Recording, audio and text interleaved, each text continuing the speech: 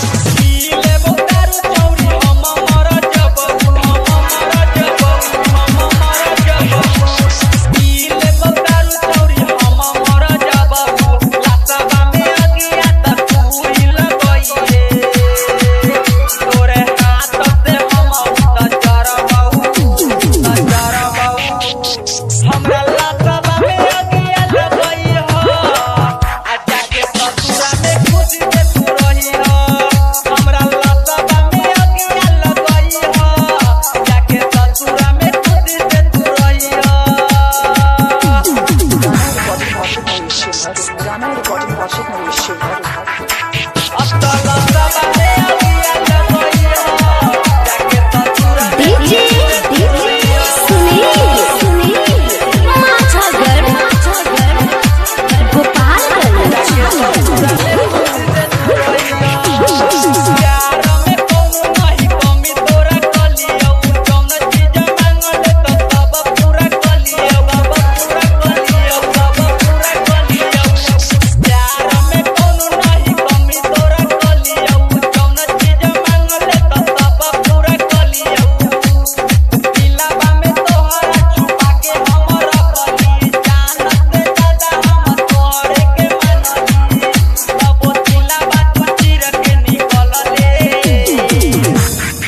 हमरा लसबा में अगिया लगई रे, जाके ससुरा में खुद से तू रही रे।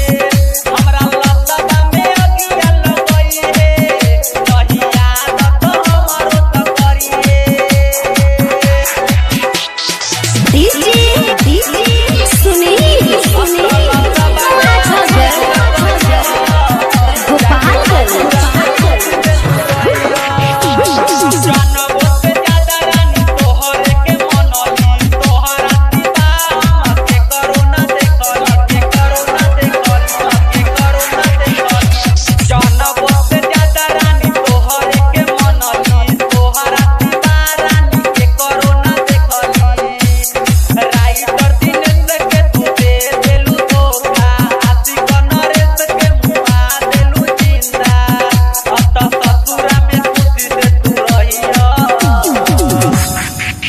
हमरा लसबा में अगिया लगई ह, जाके ससुरा में खुद से तू रही ह।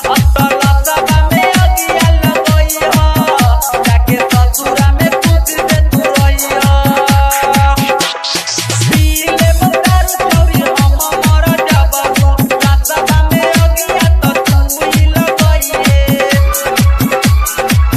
तोरे हाथ से हम तो चरबू, हमरा लसबा में अगिया लगई ह, आ जाके ससुरा में खुद से तू रही ह।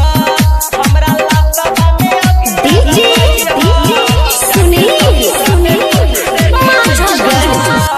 जा मेरी जान, जाओ खुशी से रहना, ये हमारा आशीर्वाद है। बाकी प्यार में किसी का धोखा मत देना, क्योंकि दिल टूटता है तो बहुत रोना पड़ता है। ये तुमसे मेरा वादा रहेगा। आप सुन रहे थे आशिक नरेश का मधुर आवाज को।